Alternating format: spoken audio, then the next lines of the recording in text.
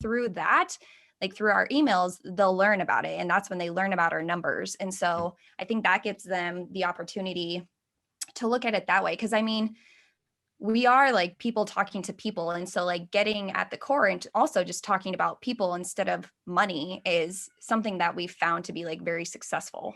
Mm-hmm. This is the real estate investing experience. We get it.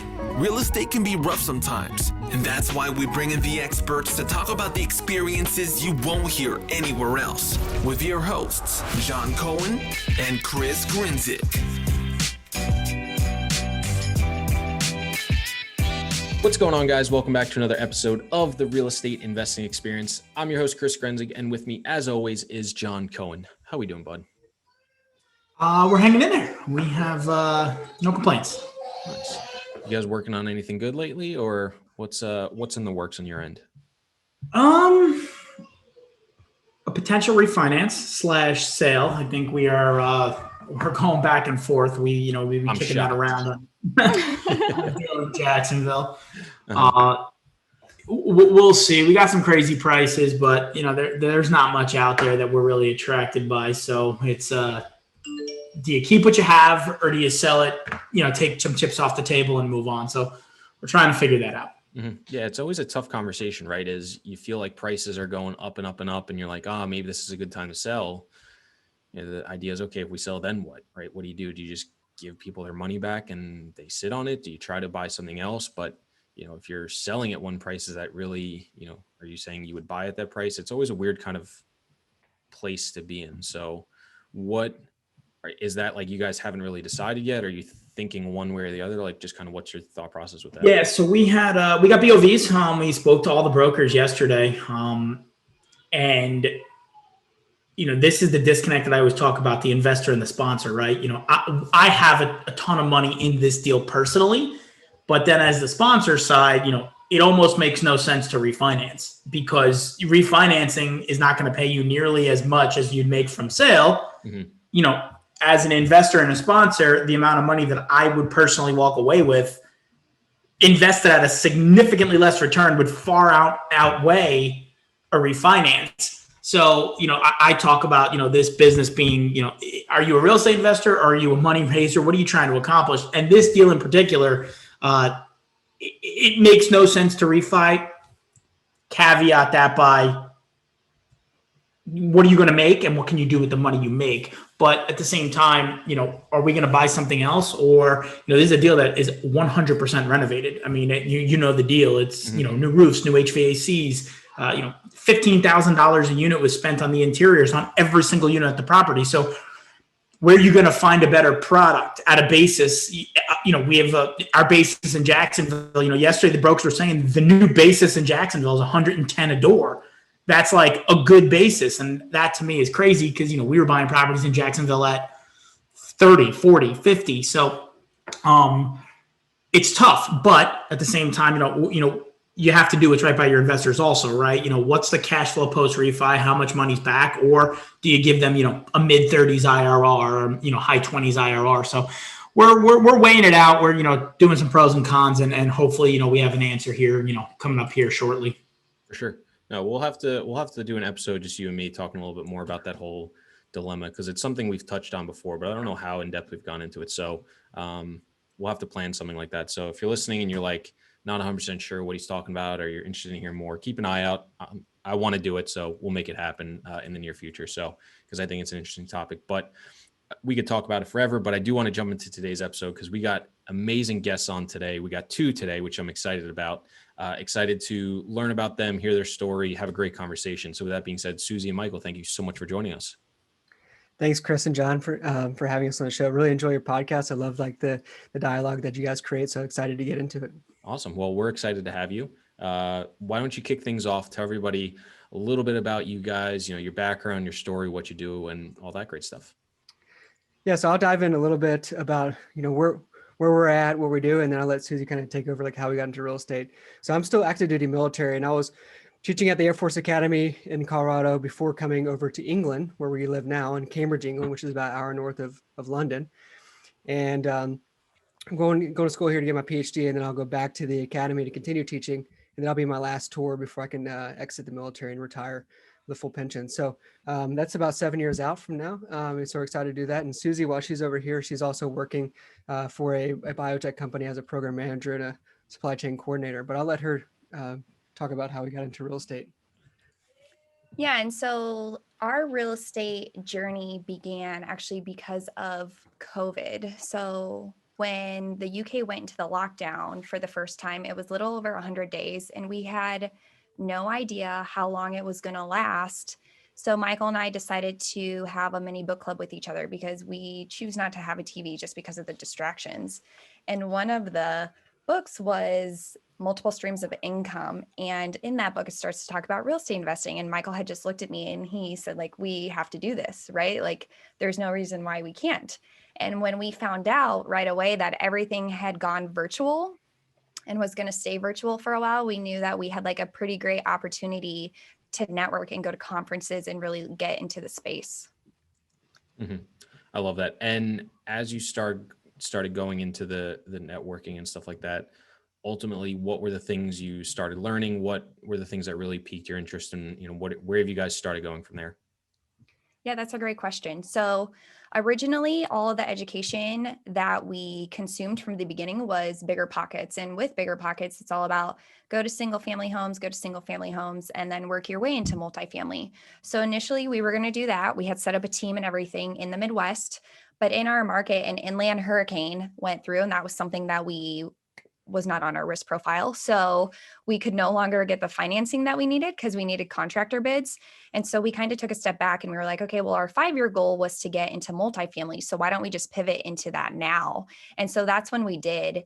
And like through networking conferences, we found out that like a lot of people, yes, are investing in their backyard, but a lot of people also are not. And there is a huge space where like you can invest really from anywhere as long as you have like that great team and, like a boots on the ground and somebody who knows the area really well. And so we just, I guess, tried our hardest to put together that team and figure out like what else we needed. And through that as well, we knew that like capital raising was like huge in order to syndicate. And so at one point we were having like 20 to 25 investor calls a week because in order to take down deals, you need that capital. And so we were just making sure that we were taking advantage of everything being virtual and people wanting to be on Zoom and continuing to be on Zoom as long as we could. And so it sounds like, and I just want to clarify for everybody listening, it sounds like you guys have gone down the route of getting into multifamily deals by raising capital. Is that right?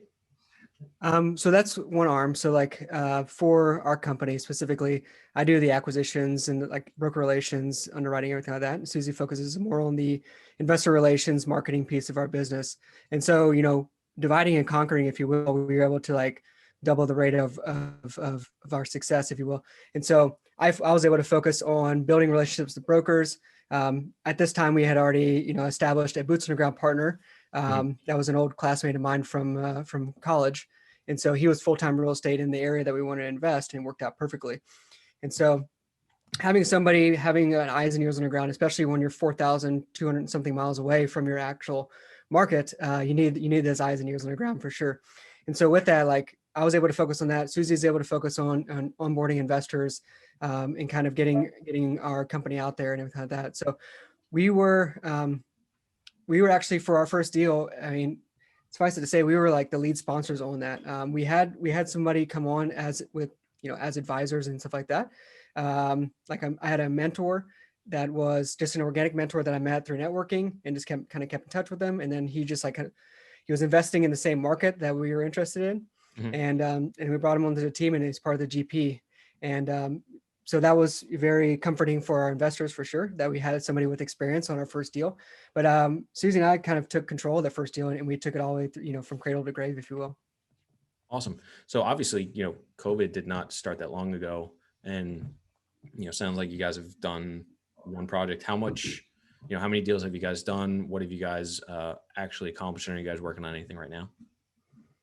Yeah, so that so as Suzy mentioned, we were focused on single family. We actually didn't make a pivot to multifamily until August of last year. Mm-hmm. And since then, we were able to have, I think we had over 600 networking calls since August. And then we took down our first deal that we closed a little over 2 months ago. It was an 88 unit in Tulsa, Oklahoma.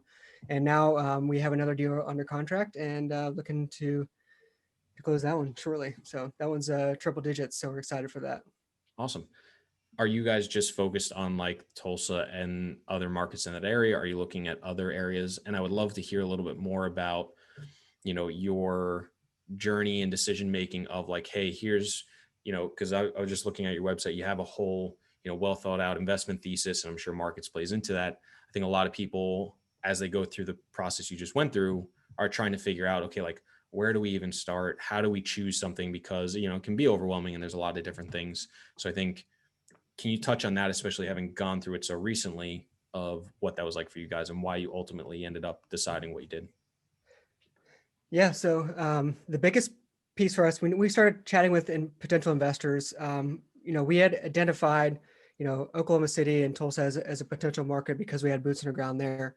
And we started chatting with investors, and they were all talking about, they're really interested in cash flow, not really interested too much on the upside, just because of, whatever pending economic insert, whatever expletive you want to put there.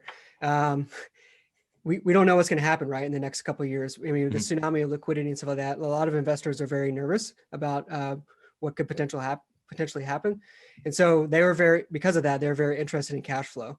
And so we knew that Tulsa and Oklahoma City, the higher cap rates, we can get higher, much higher cash flow. And actually, what we can do there, I'm not sure how much you looked into our investment thesis, like 3 things that we kind of look for and kind of align that with our investors' interest is like the asset has to be cash flowing from day one. Number 2, that over 50%, roughly 50% of the return comes from actual cash flow. So we're not banking too much on appreciation.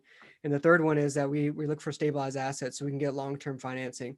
So we're not stuck in a 2-year bridge loan or some kind of product that comes due and the market might be out of sync at that time. So we can hold the asset a little bit longer and exit the property when it makes sense.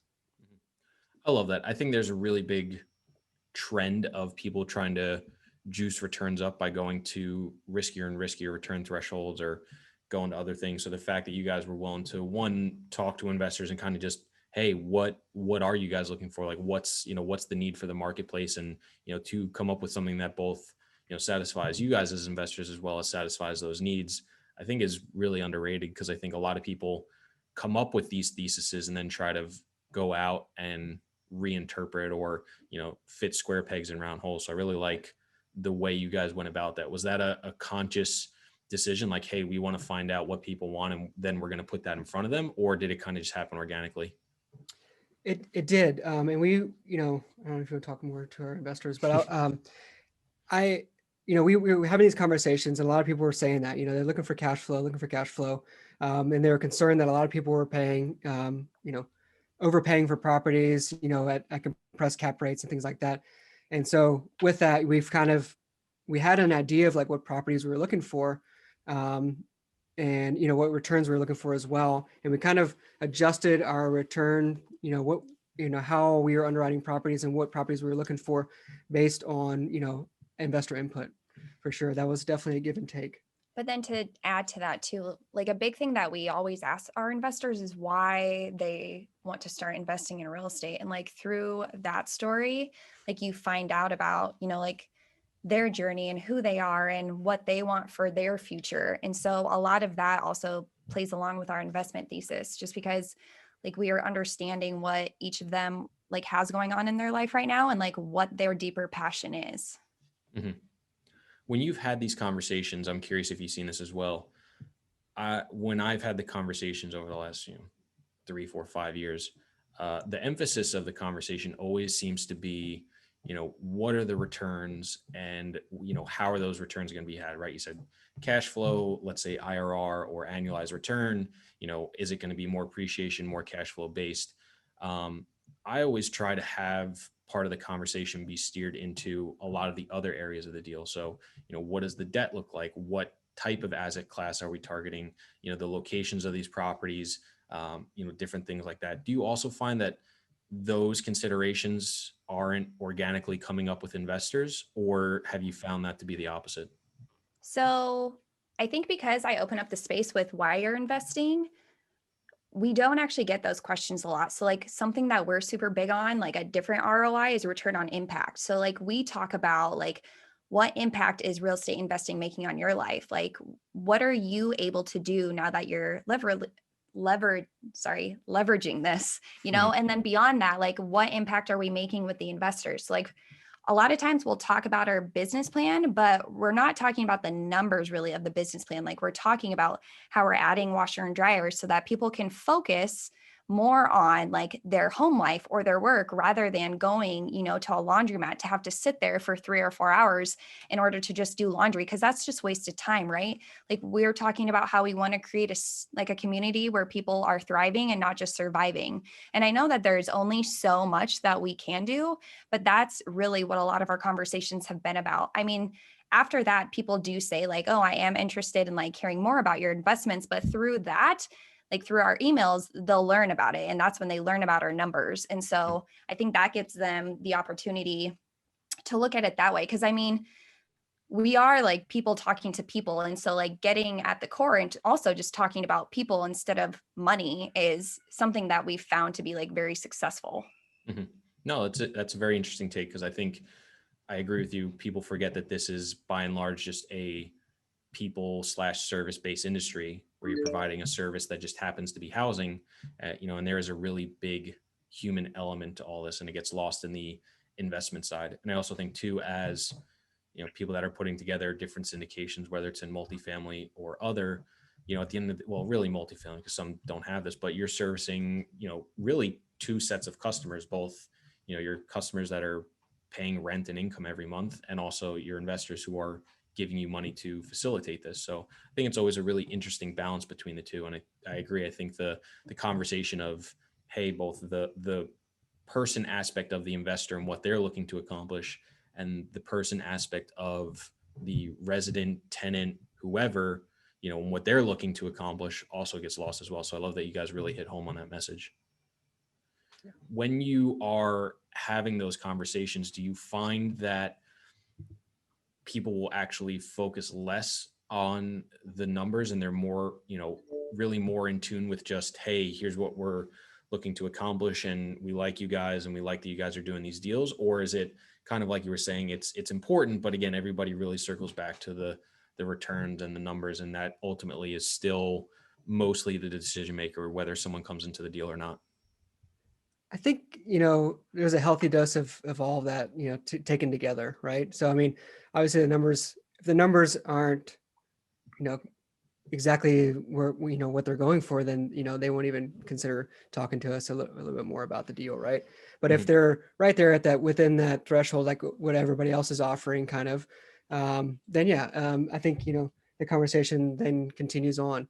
But I think, at the same time, like, I think there's a lot of investors, and Suzy can probably talk to us a little bit more. It's like they do come in because they know us, they know what impact we're trying to make on the community and the lives and things like that, and how we're trying to change things for the residents living there. And so I think that because they know us of doing that, they're more willing to like look at our deals and go from there. So. Mm-hmm. When you've started getting into this space, I think one thing that I think back to, and kind of a small issue I have, is I forget how big of a jump it can be from, single family into multifamily with, millions of dollars, and not only purchase, but, hundreds of thousands, if not millions of dollars of income coming in and expenses going out and mortgage. And, the dollars can be a little bit overwhelming. What was it like for you from stepping into that space, and then even going one step further, of going from, an 88 unit, like you said, to, 100 plus, and I don't know exactly what it was.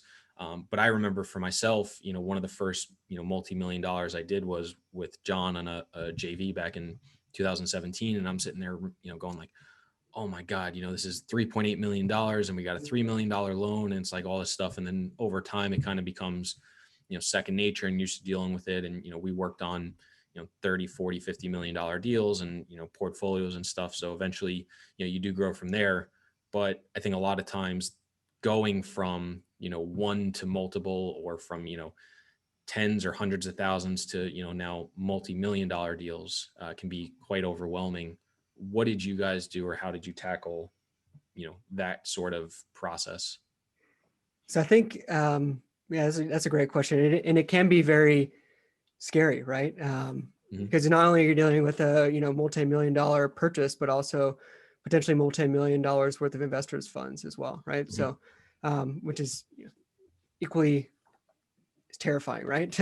But Sure. I think it all comes down to having the right people on your team. So like for us on the 88 unit, like we have two very experienced people who've had, who invest in that specific market, and who have like, hundreds, if not thousands of doors combined. Right. And so they're very experienced with multiple assets going full cycle and stuff like that. So with that, the other key thing was having the right third-party property management company, right? So you're talking about dealing with all that income and, potentially, tens of thousands of dollars in income per month on the 88 unit. Like, how is that all handled? And we make sure that we had the right property management company in place. And so we were very fortunate that my mentor and member of the general partnership has also, 4 assets in the same area, and uses the same property management company that we're using. So we were able to see how they operate his properties, and he just loves them. And so we were able to use them as well and understand, when we took over, we started learning from them, like we already had somebody on our team that had experience operating with them. And so that whole piece wasn't as scary, for sure. And then having people on your team, right, it gives you that confidence that, hey, it's not as scary as it looks, or it's not as scary as it feels. And if you're doing something and it's not scary, then you probably shouldn't be doing it, right? So you should only be doing the things that terrify you the most, and you're in the right direction. No, 100%. I remember when we did the first 82 unit deal, that was, the 3.8 million one. I remember just going through all the stuff and, trying to do things and, getting overwhelmed and coming to John and just like, the voice of reason and calm, and had done it several times. And it, it does help with that process and make it a lot easier. And yeah, I think, look, would I have loved to do a single 82 unit deal by myself? Yeah, of course, right. It would be, more dollars, more control, whatever. But having that resource of somebody who's been there before, made the process significantly easier as we're going through it.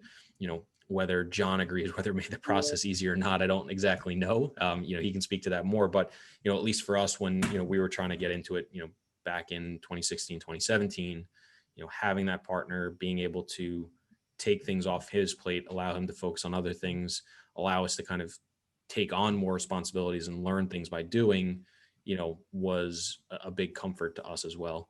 I Well, guess. yeah, and even to add to that, like when everything becomes like bigger than yourself, like the fear kind of gets drowned out. So yes, there were times that were scary, but like Michael had mentioned, like with the having to take care of the investors' money and then having to take care of like all the families or the residents like on the property, like I think that's what helps push away the fear, just because like now that your impact is way larger than you ever imagined, like you want to make sure it runs smoothly. And yes, like stuff does happen, but we want to try, to create those great impacts, because like I said, that's just what makes like everyone thrive. Mhm. So I think a lot of people obviously would love to do something similar to what you're doing if they're not already, and would want to talk to people and partner and, add value and bring deals and get deals done and get their foot in the door. What were those conversations like for you early on as, you approach, I think you said your old school buddy or something like that. I forget exactly what it was, but how did you have those early conversations to be like, hey, this is worth your while? Like this isn't going to, I'm not going to, I'm not going to waste your time. It's not going to be annoying. This is going to be worth your time and money. How did you approach those conversations to form those partnerships? And then also as you're going through it, how did you, vet each other? What were those processes like to make everybody feel comfortable, know what roles they're taking on, et cetera? Yeah, so going back to our boots on the ground, like, so that was a classmate of mine and I went to the Air Force Academy, and so we were in basic training together, and so like Gotcha. we knew what each other was made of, because we spent the first year, which is like the worst year at the academy, together. Like we did push-ups, blood, sweat, and tears, if you will, all rolled together, and so we knew each other. We knew each other was, deep down is somebody that you can inherently trust, right? And so when he reached out and said, "Hey, I'm looking to get multifamily as well," we're like, "Cool. we needed boots on the ground. And so we chatted with him and made sure that our goals aligned for sure. But after that, having that inherent trust, because we did all those things together 15 years ago at the academy, and I kept up with him, throughout the years. And so, yeah, I think, it is very difficult. Like, you need to make sure that you completely trust your partners, like I was mentioning. And so I think that's, having somebody that went through that with me, I was able to definitely do that. And then as far as the other members of the team as well, like another member of the team came through a mastermind, right? So somebody who came on to help capital raise and also asset manage came through a veterans only mastermind. And so there's, like, again, another military touch point there.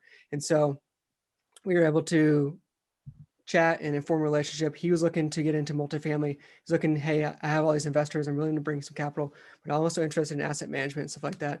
And so we brought him onto the deal as well.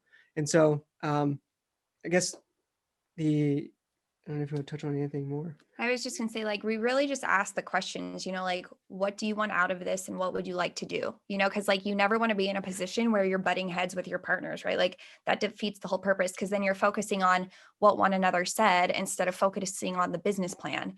And so, like, we had those conversations at the beginning in a sense of, like, hey, Michael and I are, like, a very strong team. And, like, in general, like, outside of real estate, like, we are very strong-willed people. And so we, like, want to let you know that, like, as much as, like, we want to break down, and I don't want to say give less control, because that's not the right word at all, but, like, to delegate and have people actually do what they say they're going to do, right? Like, that's the biggest part of it all. And so, I mean, just making that very clear from the very beginning, and we all learn and grow from each other, and, like, stuff is always going to happen, but it's like, okay, what conversations are you having after that in order to, like, move past it and move forward? And so we just made sure that we were doing those from the beginning. Mhm. No, I think that's great. And John, I want you to chime in a little bit, because you've obviously had a bunch of different partnerships, some on more equal footing and some, with people like myself early on coming in and kind of being more of a supporting role. What are some of the things that you look for in partnerships that you've done? And, I'm sure you've passed on some too that, were important. Yeah, I think the biggest thing that, I look for is someone that's going to help or add value to what the business plan is, right? If someone's bringing the exact same skill set to the table, it doesn't mean that the partnership won't work, but how are you going to divide that skill set so it makes it valuable? Those are typically the partnerships that work out best. And, for us, like, I know, we have totally different structures in a lot of our deals. And, I know that when I go to bed at night, things are going to get done that have to get done. It's for the pieces of the business that I may be really good at doing, but I don't like doing them. So, I always recommend, when you're putting your pros and cons together on should I do a deal or not with this partner or not, write out your strengths, your weaknesses, and then where does that potential partner complement those strengths or weaknesses, right? And if that matches, you have a better shot of success than if you all have the same strengths and all the same weaknesses. You're probably going to get into the same type of arguments if you guys don't agree on something, because you're both bringing that same component to the table. So whereas you're doing a partnership with, 3 partners, including yourself, you may be really good at asset management, really good at equity raising, and then really good at, managing the entire process, not just the physical property side. So, that works out better than 3 guys really good at capital raising with no asset management. So I think the partnerships that work the best are the ones where each one's bringing something to the table that, eats the entire pie. The partnerships that work not so good are when everybody does the same thing, but says, okay, I'm going to take this role on, because if you don't do it well, halfway through, you might bail. You might say, I'm not good at it. It might not be getting done. Doesn't mean that it's over. It just means that you gotta shift, or you gotta find someone to come in to take over that responsibility and give something up. And I think the other big thing in any partnership is realizing you sort of got to put your ego behind you. If you go into any partnership and think you're smarter, better, faster, quicker than everybody else, it's more likely doomed than not. Doesn't mean that you won't have a successful deal or a successful turnout, but that's when people, when doors close and people go home, I don't want to do a deal with this person anymore, right? Like there's nothing there. So I think that, real estate has a ton of trust. A lot of the deals we do have trust. So you got to be able to put your ego behind yourself, and you got to be able to, go to battle and trust the guy next to you is getting his job done. Because, if that guy or girl is getting their job done and the deal's going forward and you're advancing the ball, it's going to win. If you go to bed knowing that, oh, I got to wake up and do everything because I don't trust that person, that's tough. So it's definitely, tuck your ego between your legs and just on to the next, right? You got to make sure you trust everybody. You're bringing something to the table that maybe you're significantly stronger than your partners. Those deals work out better. And then finding out what you're best at, right? Don't spend your time on the stuff you're not good at. Find somebody to take over that responsibility that can execute at a much higher level so you can do what you do best and do it really well. Yeah, those are excellent points, John, for sure. And one of the things too, just is like a lot of people, when they're in the forming partnership stage, like they forget to ask those deeper questions sometimes, right? Hey, what are your strengths? What are your weaknesses? Like, and how, looking at all of them as an entire package, right? So yeah, this comes from asking deeper questions from the very beginning. Well, yeah, because 100%.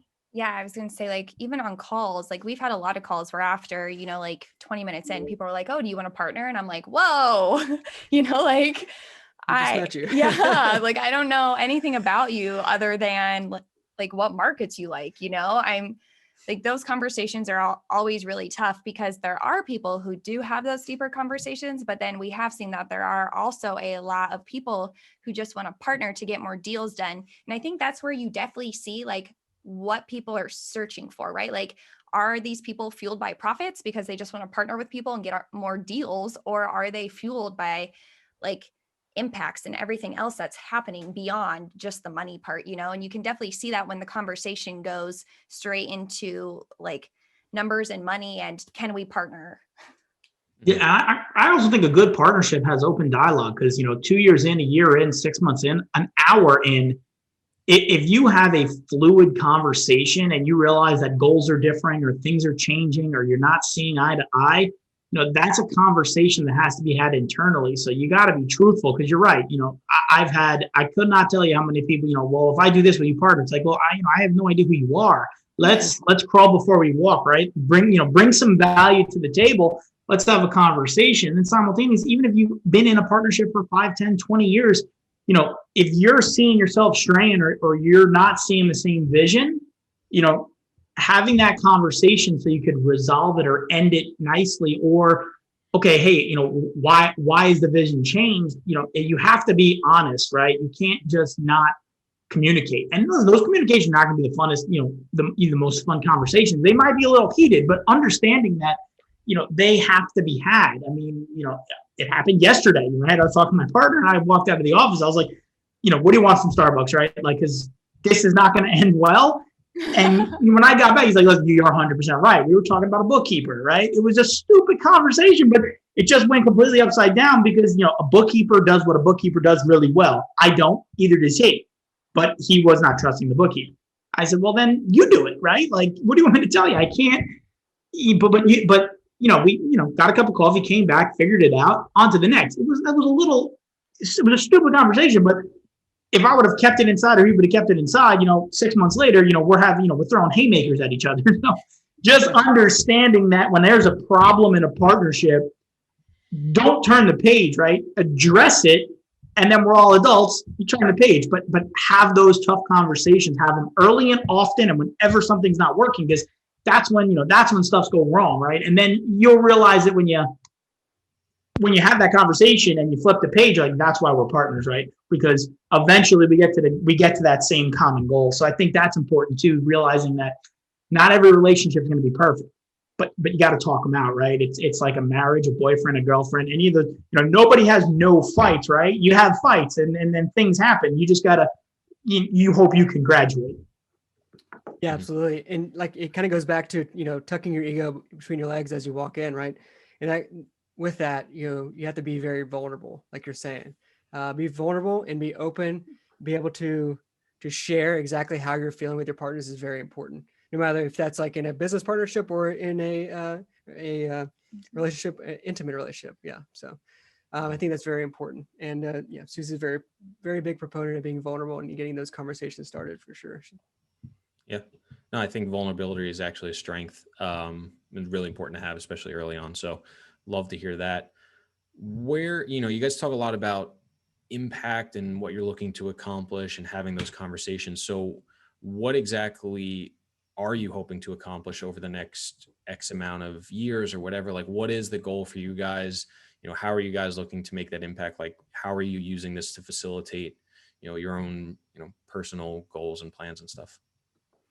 Yeah. So for us personally, so our timeline, within the 7 years, right, is to be able to impact as many families as we can. But after the 7 years, when Michael can retire, we don't plan to have a home base, right?